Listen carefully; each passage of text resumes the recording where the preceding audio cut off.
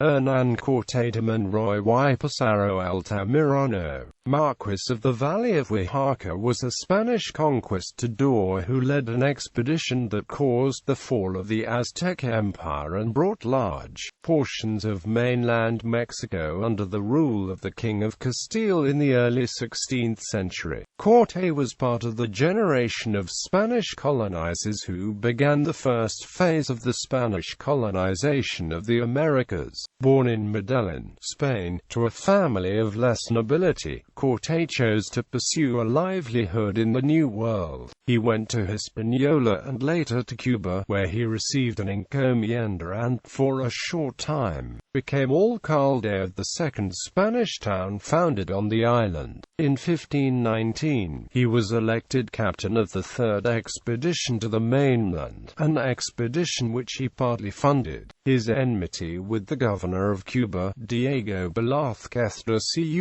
Cuellar, resulted in the recall of the expedition at the last moment, an order which Cortés ignored. Arriving on the continent, Cortés executed a successful strategy of allying with some indigenous people against others. He also used a native woman, Doña Marina, as an interpreter. She would later bear Cortés a son. When the governor of Cuba sent emissaries to arrest Cortés, he fought them and won, using the extra troops as reinforcements. Cortés wrote letters directly to the king asking to be acknowledged for his successes instead of punished for mutiny. After he overthrew the Aztec Empire, Cortés was awarded the title of Marqués del Valle de Oaxaca, while the more prestigious title of Viceroy was given to a high-ranking nobleman, Antonio de Mendoza. In 1541 Cortés returned to Spain, where he died peacefully but embittered 6 years later. Because of the controversial undertakings of Cortés and the scarcity of reliable sources of information about him, it has become difficult to assert anything definitive about his personality and motivations.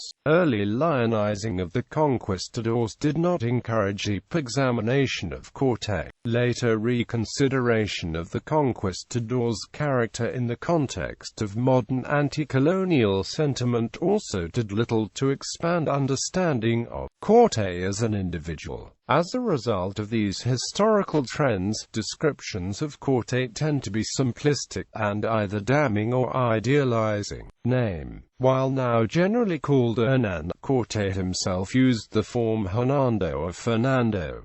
All are equally correct. Early life. Cortés was born in 1485 in the town of Medellín, in modern-day Extremadura, Spain. His father, Martin Cortés de Monroy, born in 1449 to Rodrigo y Fernández de Monroy and his wife María Cortés, was an infantry captain of distinguished ancestry but slender means.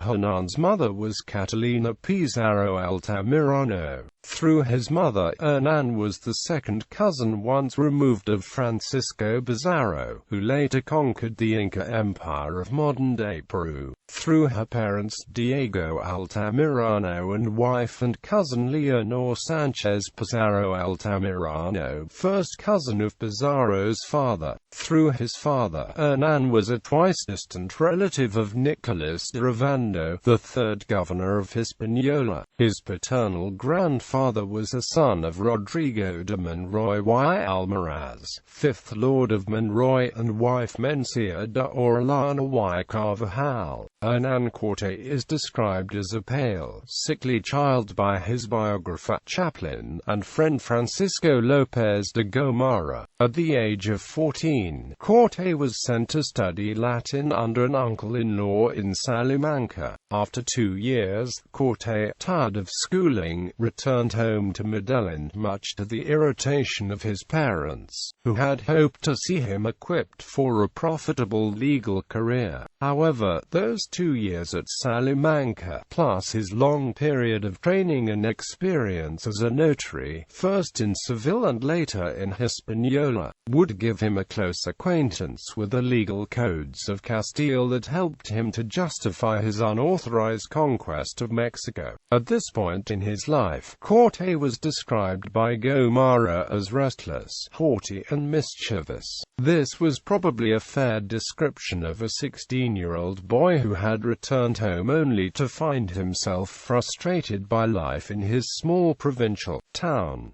By this time, news of the exciting discoveries of Christopher Columbus Indiana the New World was streaming back to Spain. Early career in the New World. Plans were made for Cortés to sail to the Americas with a family acquaintance and distant relative, Nicolas de Ovando, the newly appointed governor of Hispaniola, but an injury he sustained while hurriedly escaping from the bedroom of a married woman from Medellín prevented him from making the journey. Instead, he spent the next year wandering the country, probably spending most of his time in Spain's southern ports of Cádiz, Palos, San Lucar, and Seville, listening to the tales of those returning from the Indies, who told of discovery and conquest, gold, Indians, and strange unknown lands. He finally left for Hispaniola in 1504 where he became a colonist. Arrival. Cortés reached Hispaniola in a ship commanded by Alonso Quintero, who tried to deceive his superiors and reach the New World before them in order to secure personal advantages. Quintero's mutinous conduct may have served as a model for Cortés in his subsequent career. The history of the conquistadors is rife with accounts of rivalry, jockeying for positions, mutiny, and betrayal. Upon his arrival in 1504 in Santo Domingo, the capital of Hispaniola, the 18-year-old Cortés registered as a citizen, which entitled him to a building plot and land to farm. Soon afterwards, Nicolas de Ovando, still the governor, gave him an encomienda and made him a notary of the town of Santiago de Compostela. His next 5 years seemed to help establish him in the colony. In 1506,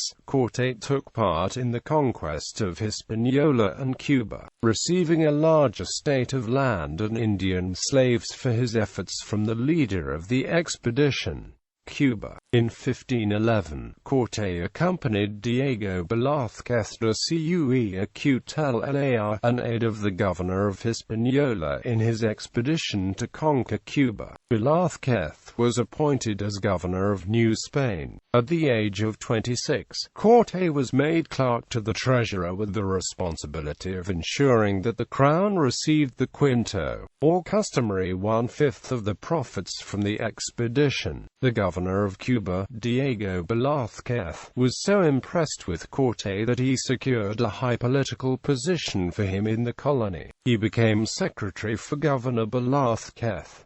Cortés was twice appointed municipal magistrate of Santiago. In Cuba, Cortés became a man of substance with an encomienda to provide Indian labor for his mines and cattle. This new position of power also made him the new source of leadership, which opposing forces in the colony could then turn to. In 1514, Cortés led a group which demanded that more Indians be assigned to the settlers. As time went on, relations between Cortés and Governor Velázquez became strained. This began once news of Juan de Grijalva establishing a colony on the mainland where there was a bonanza of silver and gold. Reached Velázquez, it was decided to send him help. Cortés was appointed Captain General of this new expedition in October 1518, but was advised to move fast before Velázquez changed his mind. With Cortés's experience as an administrator, knowledge gained from many failed expeditions, and his impeccable rhetoric, he was able to gather 6 ships and 300 men. Within a month, Predictably, Velázquez's jealousy exploded and decided to place the leadership of the expedition in other hands.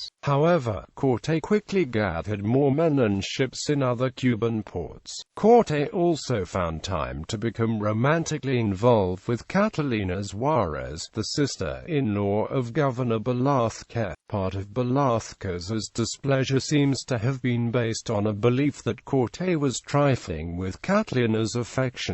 Cortés was temporarily distracted by one of Catalina's sisters but finally married Catalina, reluctantly, under pressure from Governor Velázquez. However, by doing so, he hoped to secure the goodwill of both her family and that of Velázquez. It was not until he had been almost 15 years in the Indies that Cortés began to look beyond his substantial status as mayor of the capital of Cuba and as a man of affairs in the thriving colony. He missed the first two expeditions, under the orders of Francisco Hernández de Córdoba and then Juan de Grijalva, sent by Diego Velázquez to Mexico in 1518. Conquest of Mexico. In 1518, Velázquez put Cortés in command of an expedition to explore and secure the interior of Mexico for colonization. At the last minute, due to the old argument between the two, Velázquez changed his mind and revoked Cortés's charter. He ignored the orders and, in an act of open mutiny, went anyway in February 1519. He stopped in Trinidad, Cuba, to hire more soldiers and obtain more horses. Accompanied by about 11 ships, 500 men, 13 horses, and a small number of cannon, Cortés landed on the Yucatan Peninsula in Mayan territory. There he encountered Geronimo de Aguilar, a Spanish Franciscan priest who had survived a shipwreck followed by a period in captivity with the Maya. Before escaping, Aguilar had learned the Chontal Maya language and was able to translate for Cortés. In March 1519, Cortés formally claimed the land for the Spanish crown. Then he proceeded to Tabasco, where he met with resistance and won a battle against the natives. He received 20 young indigenous women from the vanquished natives, and he converted them all to Christianity. Among these women was Limalinki, his future mistress and mother of his son Martin. Malinki knew both the Nahuatl language and the Chontal Maya, thus enabling Cortés to communicate with the Aztecs through Aguilar. At San Juan de Ulúa on Easter Sunday 1519, Cortés met with Moctezuma I's Aztec Empire governors Tendal and Pitalpatog. In July 1519, his men took over Veracruz. By this act, Cortés dismissed the authority of the governor of Cuba to place himself directly under the orders of King Charles. In order to eliminate any ideas of retreat, Cortés scuttled his ships. March on Tenochtitlan. In Veracruz, he met some of the tributaries of the Aztecs and asked them to arrange a meeting with Moctezuma II, the Tlatoani of the Aztec Empire. Moctezuma repeatedly turned down the meeting, but Cortés was determined. Leaving 100 men in Veracruz, Cortés marched on Tenochtitlan in mid-August 1519 along with 600 soldiers, 15 horsemen, 15 cannons, and hundreds of indigenous carriers and warriors. On the way to Tenochtitlan, Cortés made alliances with indigenous peoples such as the Totonacs of Zempoala and the Nahuas of Tlaxcala. The Otomas initially, and then the Tlaxcalans fought the Spanish a series of 3 battles from the 2nd of September to the 5th of September, 1519, and at one point Diaz remarked, "They surrounded us on every side." After Cortés continued to release prisoners with messages of peace, and realizing the Spanish were enemies of Montezuma, Xicoten Cathielda, and Maxixcatzin, persuaded the Tlaxcalan war leader, Xicoten Cath the Younger, that it would be better to ally with the newcomers than to kill them. In October 1519, Cortés and his men, accompanied by about 1,000 Tlaxcalteca, marched to Colula, the second largest city in central Mexico. Cortés, either in a premeditated effort to instill fear upon the Aztecs waiting for him at Tenochtitlan, or wishing to make an example when he feared native treachery, massacred thousands of unarmed members of the nobility gathered at the central plaza, then partially burned the city. By the time he arrived in Tenochtitlan, the Spaniards had a large army.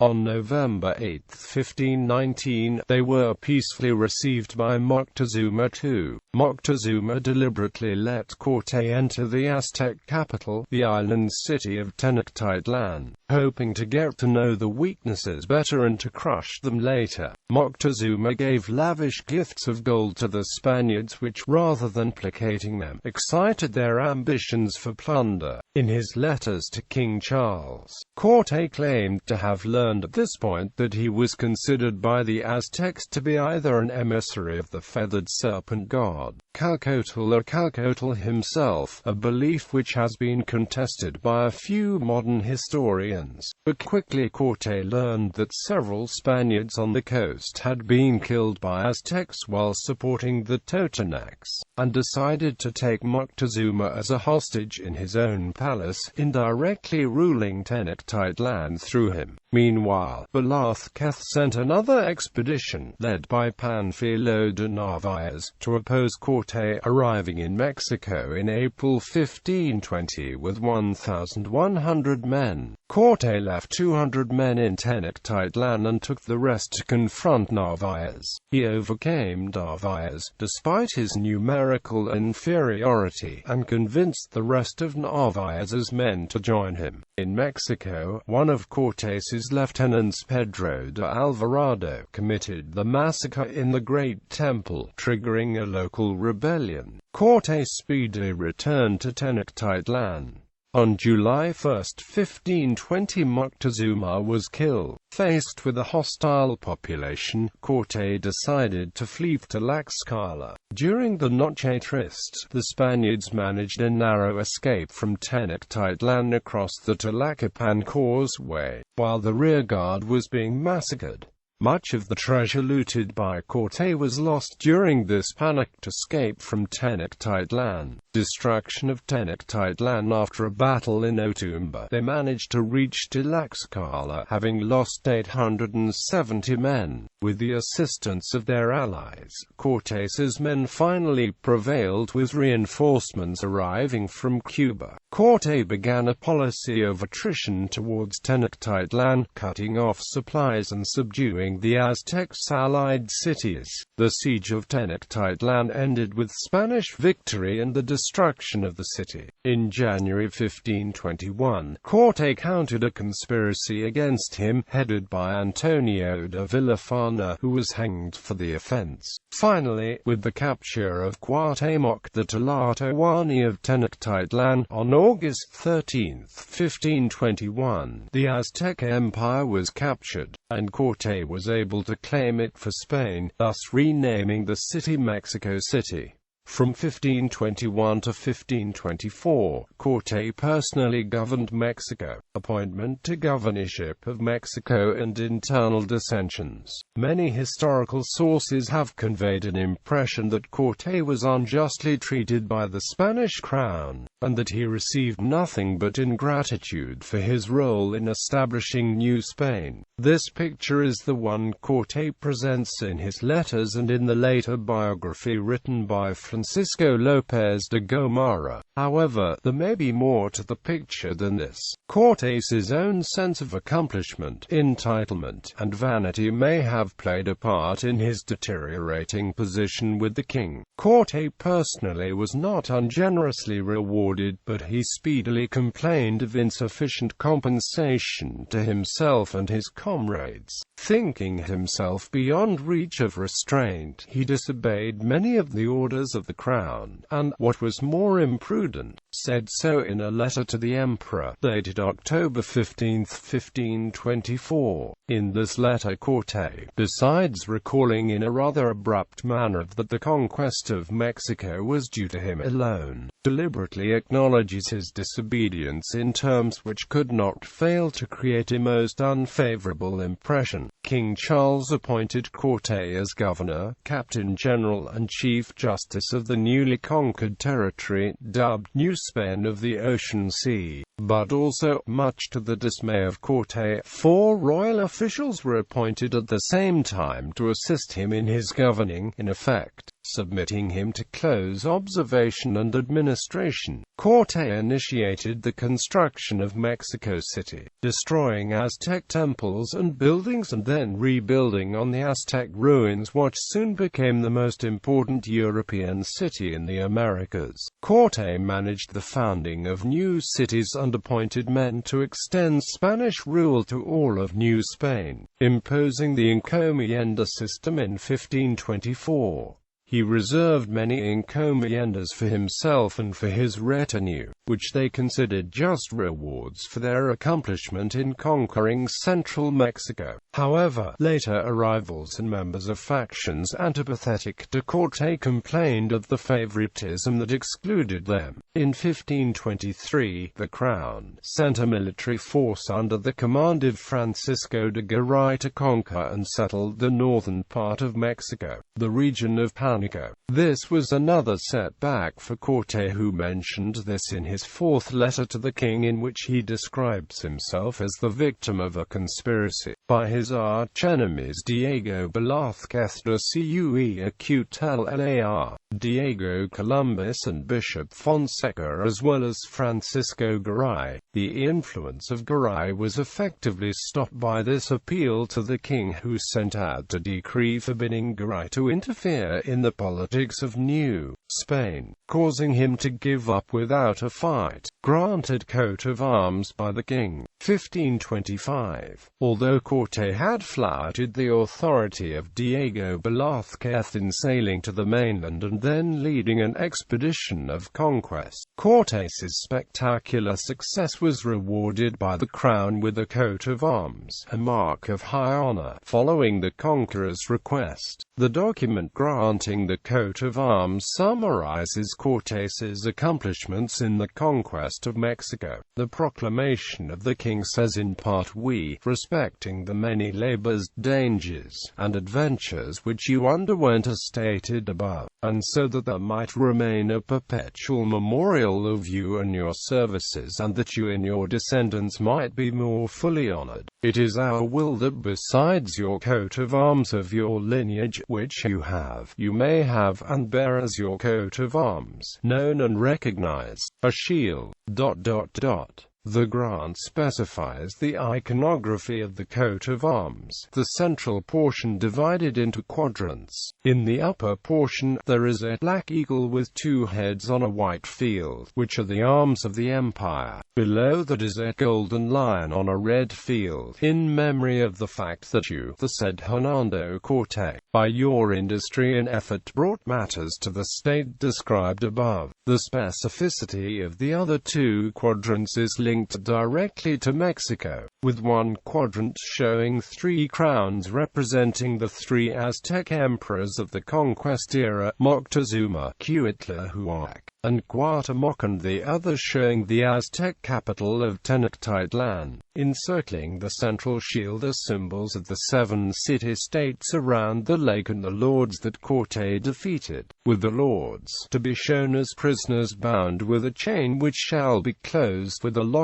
beneath the shield. Death of his first wife and remarriage. Cortés's wife Catalina Suarez arrived in New Spain from sometime around summer 1522, along with sister and brother. His marriage to Catalina was at this point extremely awkward, since she was a kinswoman of Governor of Cuba Diego Velázquez, whose authority Cortés had thrown off and now his enemy. Catalina lacked the noble title of Doña, so at this point his alliance with her no longer raised his status.